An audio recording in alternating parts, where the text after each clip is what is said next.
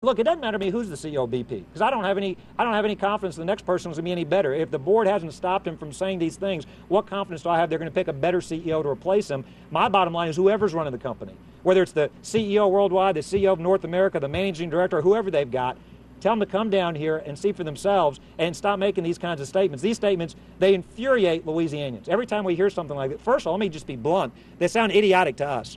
Anybody that lives along this coast, anybody that was been born and raised here like I have, any one of these men and women that knows this coast like the back of their hands, these are the most idiotic statements I've ever heard. If I was on that board, I would wonder about trusting a multi-billion-dollar company to somebody who's making those kinds of statements. But at the end of the day, it doesn't matter to me who they've got running the company as long as they do a better job than what they're doing today. They need to come down here and see for themselves. But quite bluntly, those are idiotic statements. And I know he apologized for his last one about getting back to his way of life, but there's no excuse for these kinds of statements. I mean, I'm sorry if we're inconveniencing him. I don't know what he'd be doing. Maybe he'd be on a summer vacation.